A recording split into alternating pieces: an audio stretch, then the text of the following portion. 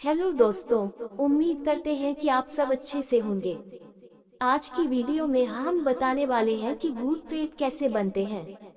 वैसे तो भूत प्रेत का नाम सुनते ही अधिकांश लोगों को डर लगने लगता है, किंतु सभी भूत प्रेत एक जैसे नहीं होते हैं और न ही किसी भी मनुष्य को सताते हैं। वीडियो शुरू करने से पहले आपसे रिक्वेस्ट है कि प्लीज हमारे चैनल को सब्सक्राइब कर दीजिए। इससे हमारा मनोबल ऊंचा उठता है और आपके लिए ऐसी जानकारी वाली वीडियो लाते रहें। तो आइए बताते हैं कि भूत प्रेत कैसे बनते हैं और क्यों बनते हैं। जिसका कोई वर्तमान ना हो, केवल अतीत ही हो, वही भूत कहलाता है। अतीत में अटका आत्मा भूत बन जाता है। जीवन न अतीत है और न भविष्य, वह सदा वर्तमान है। जो वर्तमान में रहता है वह मुक्ति की ओर कदम बढ़ाता है। आत्मा के 3 स्वरूप माने गए हैं: जीवात्मा, प्रेतात्मा और सूक्ष्मात्मा। जो भौतिक शरीर में वास करती है उसे जीवात्मा कहते हैं। जब इस जीवात्मा का वासना और कामना में शरीर में निवास होता है तब उसे प्रेतात्मा कहते हैं। यह आत्मा जब सूक्ष्मतम शरीर में प्रवेश करता है उसे सूक्ष्मात्मा कहते हैं। भूत प्रेतों की गति एवं शक्ति अपार होती है। इनकी विभिन्न जातियां होती हैं और उन्हें भूत, प्रेत, राक्षस, पिशाच, यम, शाकिनी, डाकिनी, चुड़ैल, गंधर्व आदि कहा जाता है। भूतों के प्रकार के बारे में हिंदू धर्म में गति और कर्म अनुसार मरने वाले लोगों का विभाजन किया है: भूत, प्रेत, पिशाच, कूष्मांडा, ब्रह्म राक्षस, वेताल और क्षेत्रपाल। उक्त सभी के उपभाग भी होते हैं। आयुर्वेद के अनुसार 18 प्रकार के प्रेत होते हैं। भूत सबसे शुरुआती पद है, या कहें कि जब कोई आम व्यक्ति मरता है तो सर्वप्रथम भूत ही बनता है। इसी तरह जब कोई स्त्री मरती है तो उसे अलग नामों से जाना जाता है। माना गया है कि प्रसूता स्त्री या नवयुवती मरती है तो चुड़ैल बन जाती है, और जब कोई कुंवारी कन्या मरती है तो उसे देवी कहते हैं। जो स्त्री बुरे कर्मों वाली है उसे डायन या डाकिनी कहते हैं। इन सभी की उत्पत्ति अपने पापों, व्यभिचार से, अकाल मृत्यु से या श्राद्ध न होने से होती है। 84 लाख योनियों में पशु योनि, पक्षी योनि, मनुष्य योनि में जीवन यापन करने वाली आत्माएं मरने के बाद अदृश्य भूत प्रेत योनि में चले जाते हैं। आत्मा के प्रत्येक जन्म द्वारा प्राप्त जीव रूप को योनि कहते हैं। ऐसी 84 लाख योनियां हैं जिसमें कीट पतंगे, पशु पक्षी, वृक्ष और मानव आदि सभी शामिल हैं। प्रेत योनि में जाने वाले लोग अदृश्य और बलवान हो जाते हैं, लेकिन सभी मरने वाले इसी योनि में नहीं जाते, और सभी मरने वाले अदृश्य तो होते हैं लेकिन बलवान नहीं होते। यह आत्मा के कर्म और गति पर निर्भर करता है।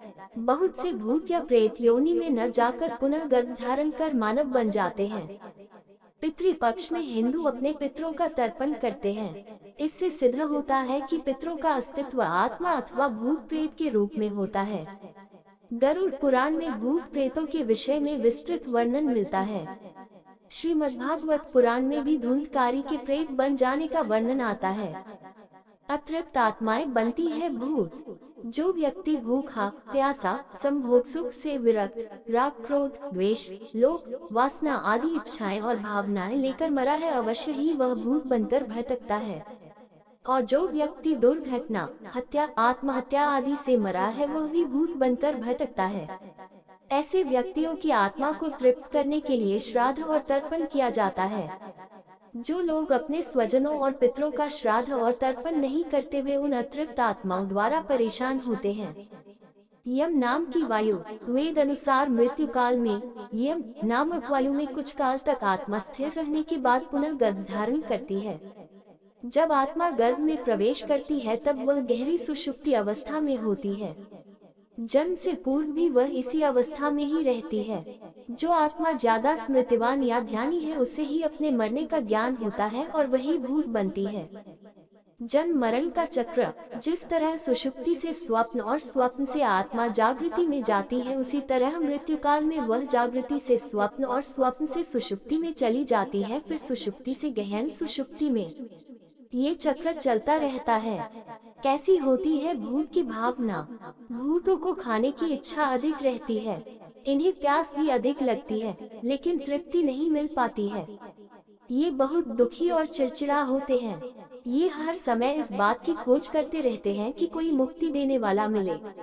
ये कभी घर में तो कभी जंगल में भटकते रहते हैं। दोस्तों, यदि आपको वीडियो अच्छी लगे तो चैनल को सब्सक्राइब जरूर कर दीजिएगा। भूत की स्थिति: ज्यादा शोर, उजाला और मंत्र उच्चारण से ये दूर रहते हैं, इसीलिए इन्हें कृष्ण पक्ष ज्यादा पसंद है और तेरस, चौदस तथा अमावस्या को यह मजबूत स्थिति में रहकर सक्रिय रहते हैं। भूत प्रेत प्रायः उन स्थानों में दृष्टिगत होते हैं जिन स्थानों से मृतक का अपने जीवन काल में संबंध रहा है या जो एकांत में स्थित है। बहुत दिनों से खाली पड़े घर या बंगले में भी भूतों का वास हो जाता है। भूत की ताकत: भूत अदृश्य होते हैं। भूत प्रेतों के शरीर धुंधल के तथा वायु से बने होते हैं, अर्थात वे शरीर विहीन होते हैं। इसे सूक्ष्म शरीर कहते हैं। आयुर्वेद अनुसार यह 17 तत्वों से बना होता है। कुछ भूत अपने इस शरीर की ताकत को समझकर उसका इस्तेमाल करना जानते हैं तो कुछ नहीं। कुछ भूतों में स्पर्श करने की ताकत होती है तो कुछ में नहीं। जो भूत स्पर्श करने की ताकत रखता है वह बड़े से बड़े पेड़ों को भी उखाड़ कर फेंक सकता है। ऐसे भूत यदि बुरे हैं तो खतरनाक होते हैं। ये किसी भी देहधारी व्यक्ति को अपने होने का एहसास करा देते हैं। इस तरह के भूतों की मानसिक शक्ति इतनी बलशाली होती है कि यह किसी भी व्यक्ति का दिमाग पलटकर उससे अच्छा या बुरा कार्य करा सकते हैं। ये भी कि यह किसी भी व्यक्ति के शरीर का इस्तेमाल करना भी जानते हैं। ठोसपन न होने के कारण ही भूत को यदि गोली, तलवार, लाठी आदि मारी जाए तो उस पर उनका कोई प्रभाव नहीं होता। भूत में सुख दुख अनुभव करने की क्षमता अवश्य होती है, क्योंकि उनके बाह्यकरण में वायु तथा आकाश और अंतःकरण में मन, बुद्धि और चित्त संज्ञा शून्य होती है, इसलिए वह केवल सुख दुख का ही अनुभव कर सकते हैं। अच्छी और बुरी आत्मा: वासना के अच्छे और बुरे भाव के कारण मृतात्माओं को भी अच्छा और बुरा माना गया है। जहाँ अच्छी मृतात्माओं का वास होता है उसे पितृलोक तथा बुरी आत्मा का वास होता है उसे प्रेतलोक आदि कहते हैं। अच्छे और बुरे स्वभाव की आत्माएं ऐसे लोगों को तलाश करती है जो उनकी वासनाओं की पूर्ति कर सकता है। बुरी आत्माएं उन लोगों को तलाश करती है जो कुकर्मी, अधर्मी, वासना में जीवन जीने वाले लोग हैं। फिर वह आत्माएं उन लोगों के गुण कर्म स्वभाव के अनुसार अपनी इच्छाओं की पूर्ति करती है। जिस मानसिकता, प्रवृत्ति, कुकर्म, सत्कर्मों आदि के लोग होते हैं उसी के अनुरूप आत्मा उनमें प्रवेश करती है। अधिकांशतः लोगों को इसका पता नहीं चल पाता। अच्छी आत्माएं अच्छे कर्म करने वालों के माध्यम से तृप्त होकर उसे भी तृप्त करती है और बुरी आत्माएं बुरे कर्म वालों के माध्यम से तृप्त होकर उसे बुराई के लिए और प्रेरित करती है। इसीलिए धर्म अनुसार अच्छे कर्म के अलावा धार्मिकता और ईश्वर भक्ति होना जरूरी है, तभी आप दोनों ही प्रकार की आत्मा से बचे रहेंगे।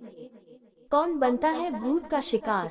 धर्म के नियम अनुसार जो लोग तिथि और पवित्रता को नहीं मानते हैं, जो ईश्वर, देवता और गुरु का अपमान करते हैं और जो पाप कर्म में ही सदा रत रहते हैं, ऐसे लोग आसानी से भूतों के चंगुल में आ सकते हैं।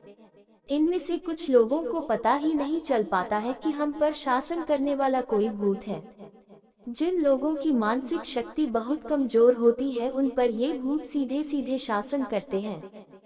जो लोग रात्रि के कर्म और अनुष्ठान करते हैं और जो निशाचारी है वह आसानी से भूतों के शिकार बन जाते हैं। हिंदू धर्म अनुसार किसी भी प्रकार का धार्मिक और मांगलिक कार्य रात्रि में नहीं किया जाता। रात्रि के कर्म करने वाले भूत, पिशाच, राक्षस और प्रेत योनि के होते हैं। दोस्तों, आपको ये जानकारी कैसी लगी? कमेंट बॉक्स में जाकर कमेंट करके जरूर बताएं और हमारे चैनल को सब्सक्राइब जरूर कर दीजिएगा। फिर मिलते हैं अगली वीडियो में। धन्यवाद।